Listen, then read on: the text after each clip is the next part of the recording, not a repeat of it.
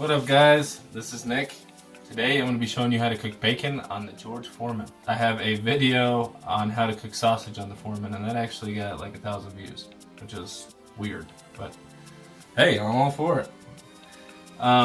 If you've seen that video, tell me what you cook in the comments down below on the Foreman. I'm definitely interested to see. Also, I'd like to try some of it too.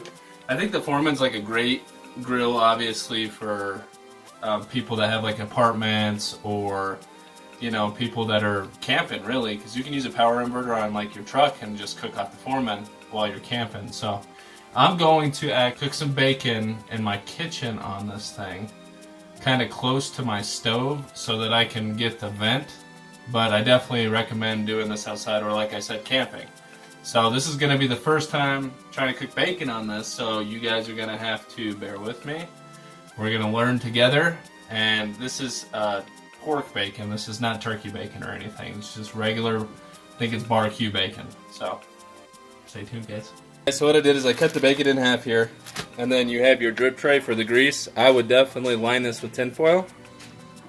I understand why George Foreman, like, this is a great grill, but why did you make the cord so short? Like, you couldn't have given me an extra like 2 feet.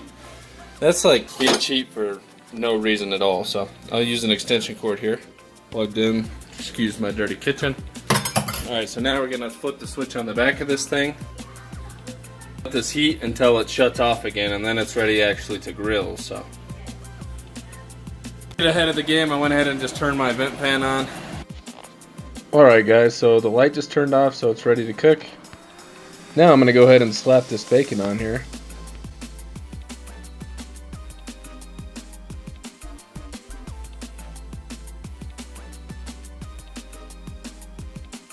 We're going to want to cook this at 2-minute intervals, so I'm going to go ahead and set this timer.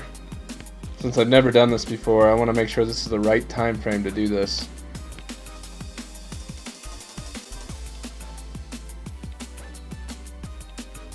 One thing that I've already noticed that's an added benefit with cooking like this is the grease is already catching in here, and the grease is not popping all over me and all over the kitchen.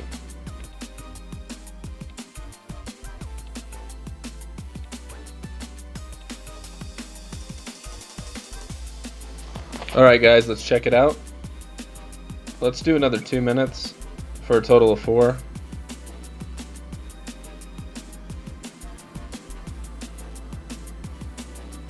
Total 4 minutes. Let's take a look. Looks like they're getting there for sure. I would say let's go another minute 30. Alright, we're down to 30 seconds. These are looking pretty good.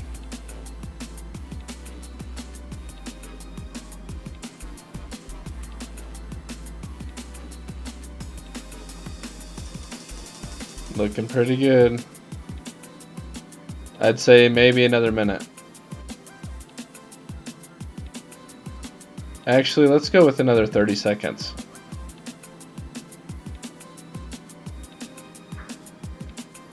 All right.